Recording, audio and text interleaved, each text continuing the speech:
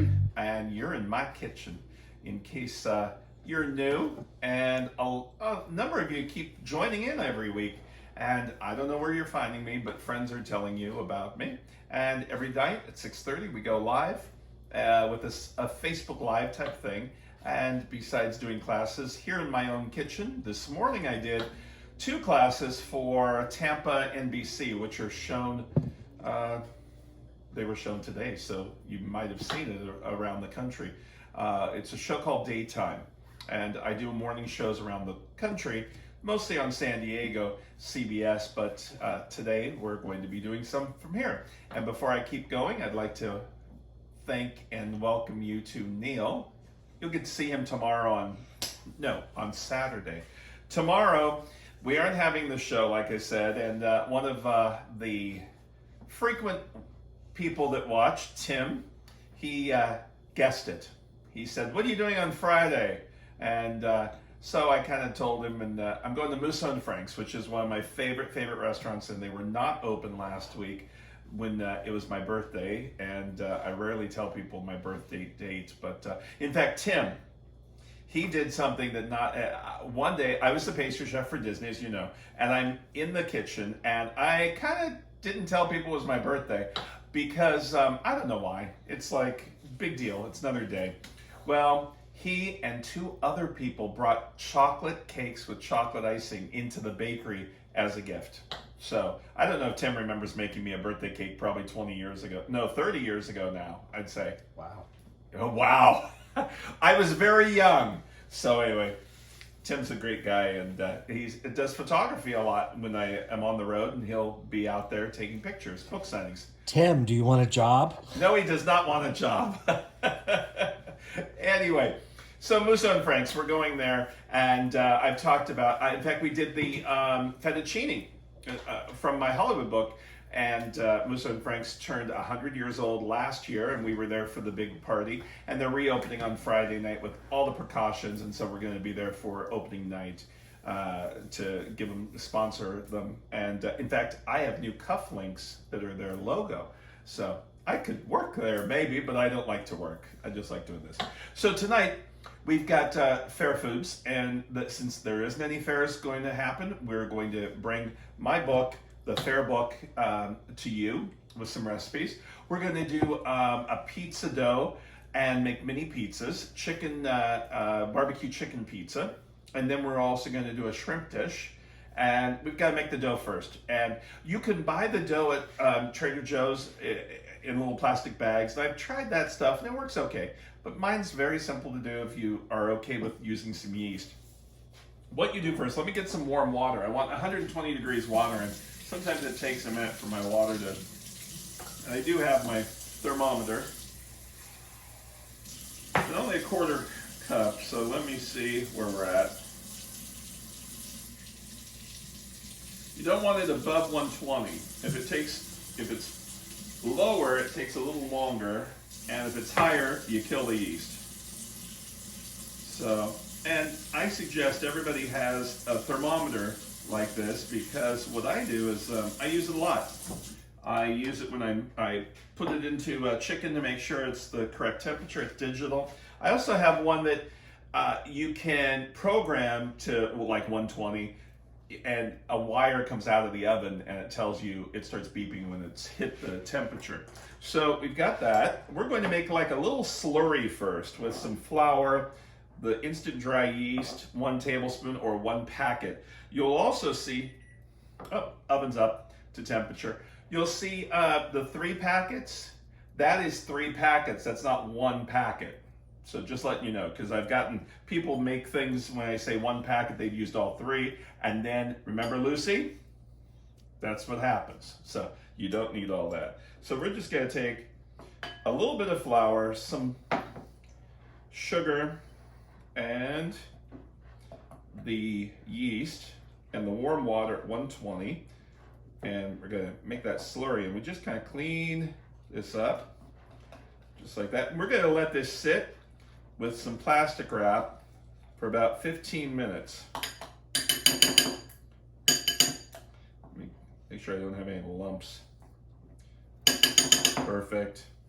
And 15 minutes later, it starts bubbling. And there it is, already And the bubbling. bowl grows. Look, what? And the bowl gets bigger too. The bowl gets bigger too, yeah. Sometimes when we do that on camera, we use the exact bowl so you think it was the exact thing. So you're seeing behind the scenes of, I did this 15 minutes ago because I want to do this and get this over with tonight. So, plus Neil's hungry for some pizzas. Yep. So all it is, we've got whole milk, room temperature, so it sat out for a little bit. We've got flour, butter, a little melted butter, and some salt. That's it. So what we're going to do is move our book. We're going to go into our mixer without we're using a paddle, not the hook. The hook doesn't seem to work very well. So just letting you know. Our flour, we're going to use all but about a cup. Yeast doughs are variables with the atmosphere. So you never know. You might need more flour than what's listed here. If it is, I'll go get more. Sometimes you need less. So we're going to put all that in there. Our milk, our butter, and our salt. Whoop. And our slurry. Now, the slurry will go in. It's almost like some of you have been doing yeast, but a lot of you are, because since we've been quarantined, you have been making a bunch of yeast things. We did yeast last week. We did those great cinnamon, those buns. You took them to work. Did you take some to work? Everybody loved them. We took some to the neighbors to a party. Social distancing party. So what I do is I bring the speed up, and I'm watching it. You want to do a close-up, Neil? Because I want you to see the sides. It kind of looks like biscuit dough. The yeast hasn't started working yet. It's just all blended. It smells very yeasty. Does it smell yeasty? You can see the edges of the bowl are tacky. It's a little tacky. See how it sticks a little few pieces here and there, and then it picks it back up. So I'm going to let that run just for a minute. And I might not need any more flour. That might be enough. Sometimes you might need a little more. But if it looked like biscuit dough all the way around, see how big chunks? So I might just throw just a little bit more in around the edges. And that should be enough right there.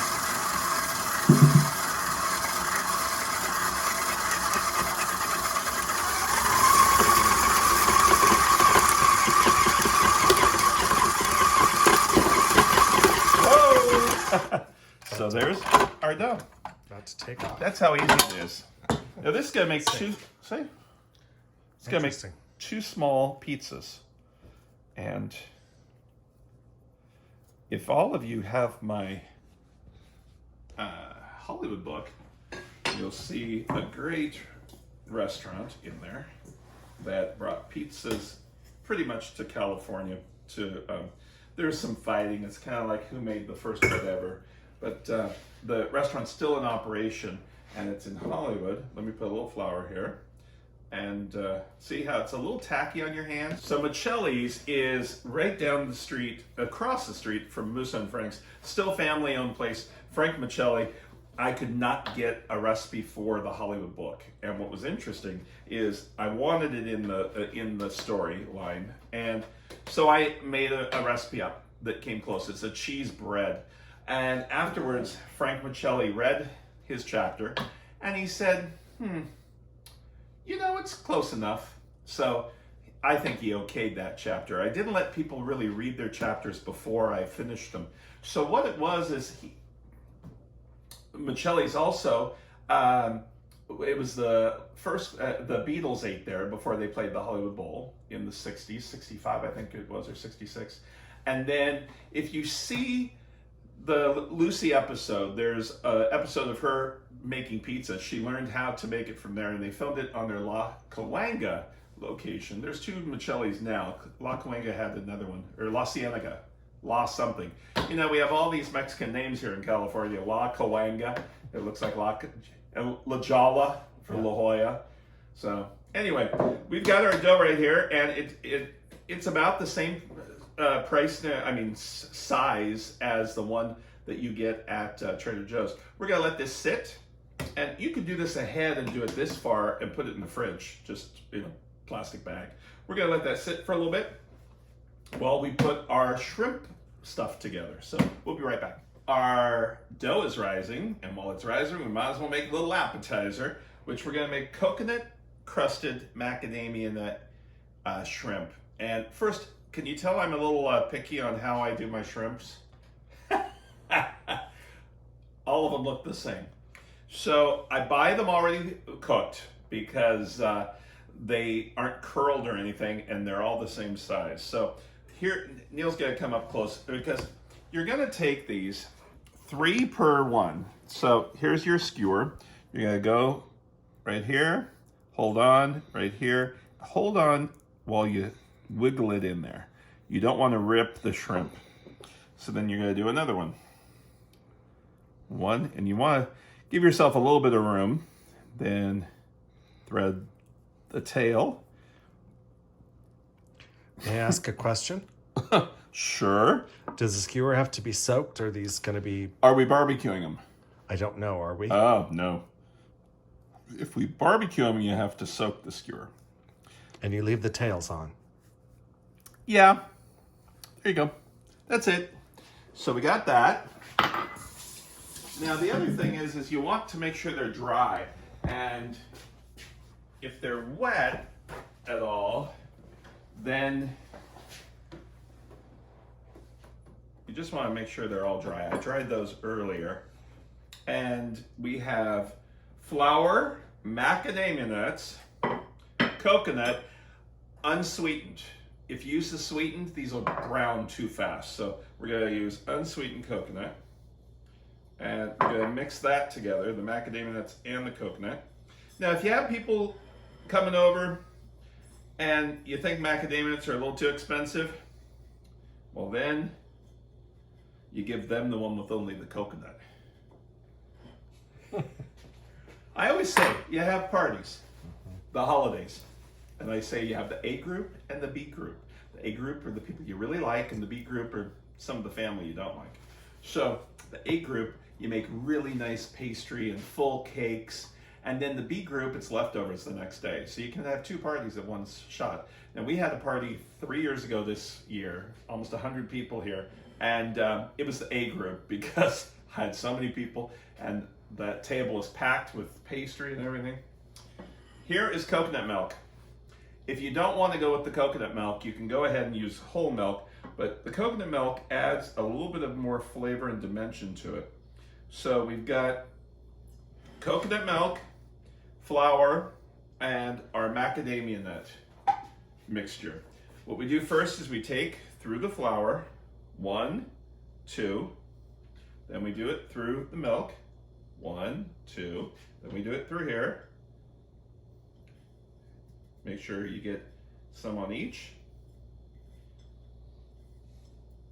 And then you're going to place this on a baking sheet. Just like that. So Neil, you want to do a close-up of the next one? So we take 1, 2, just to make sure we got flour on it, the milk, this one, there we go, and this on both sides. Make sure you get a lot, and there you go. Alrighty. So let me do all these, and we'll be right back.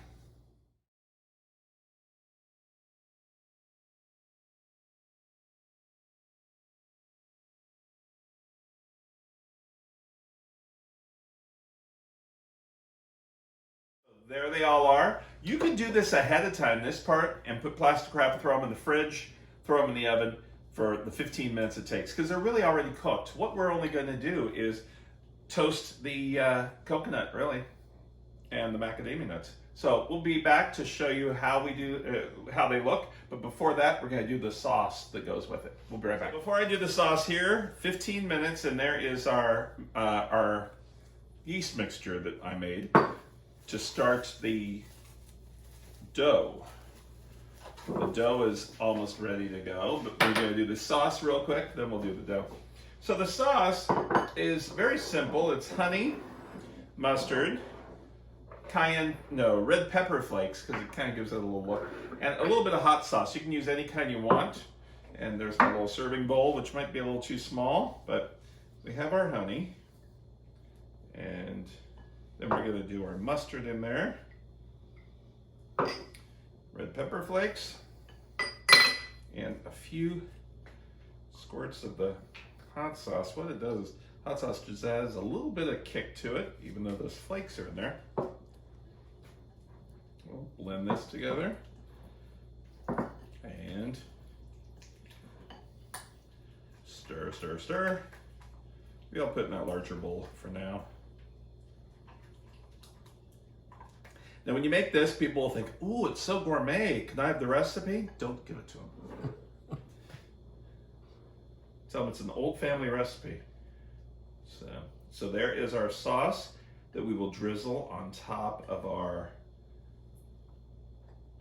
shrimp. So there we go.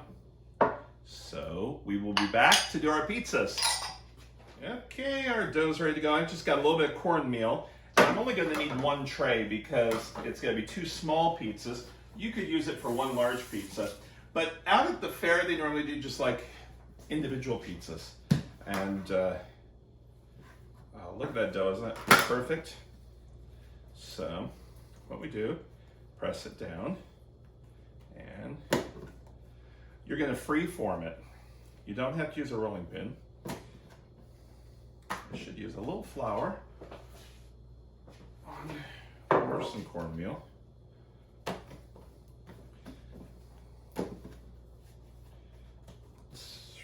Oh boy, I can't wait for pizza tonight. When was the last time I made pizza?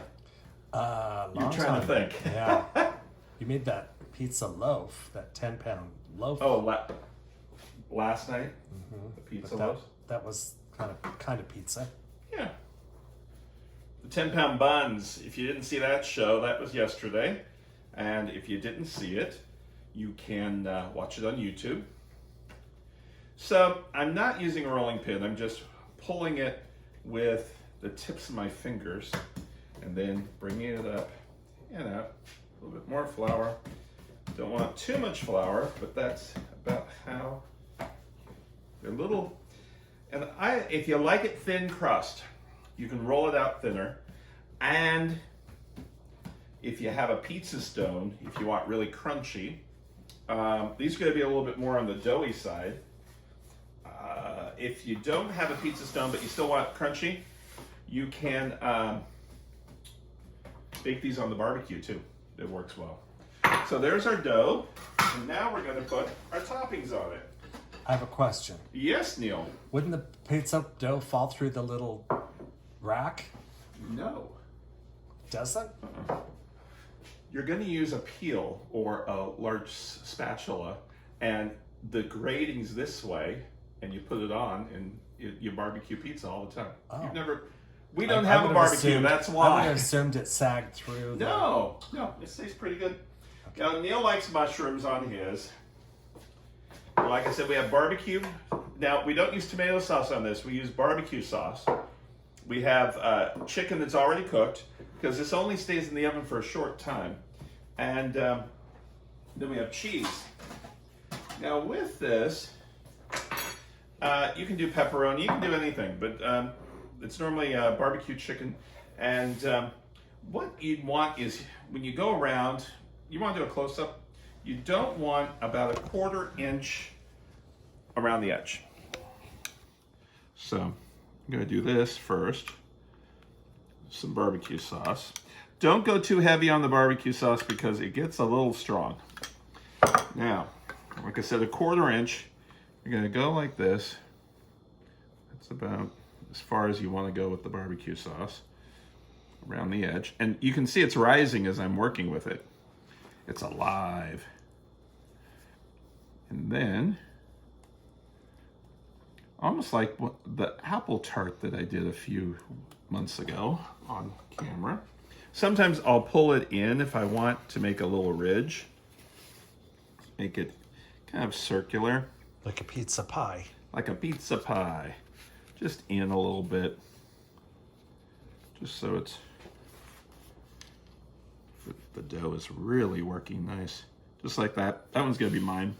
Now, we're going to put Neil's mushrooms on his. He loves mushrooms. You like them on steaks too. Didn't I do a mushroom sauce one night? Yes, you did. Where did we put that on? It was like wild mushrooms. Wild mushrooms? I think it was a steak.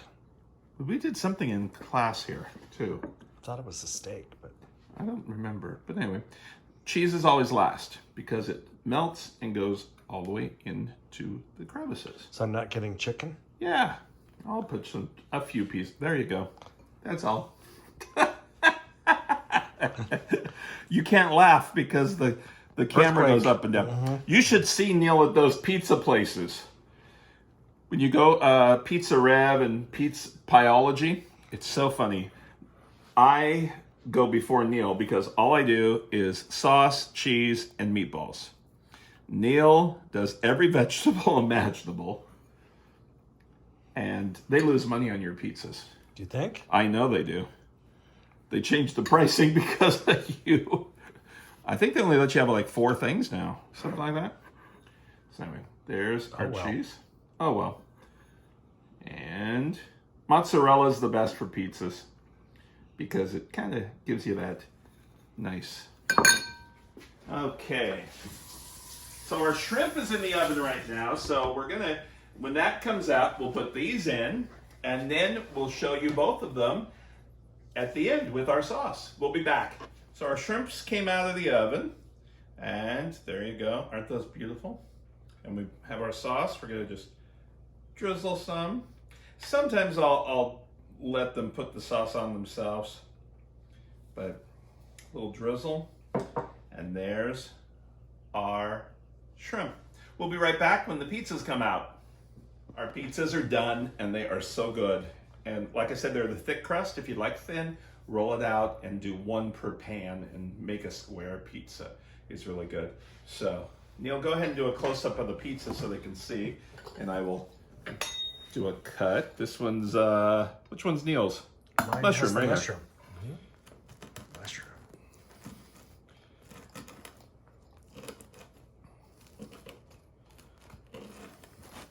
Yummy. And you can see the cornmeal from the... There we go. Ooh, look at that cheese pull. Yeah. That's called a cheese pull if you didn't know. Beautiful. And there you go. Thank you. There's the pizza. And I'd like to thank you so much for joining us today. And don't forget, no show tomorrow. I'm going to be eating in Hollywood. So, Saturday, win the book, and you can make all your own stuff. Thanks so much for joining us. We'll see you on Saturday. Have a great week. Bye. Bye, everybody.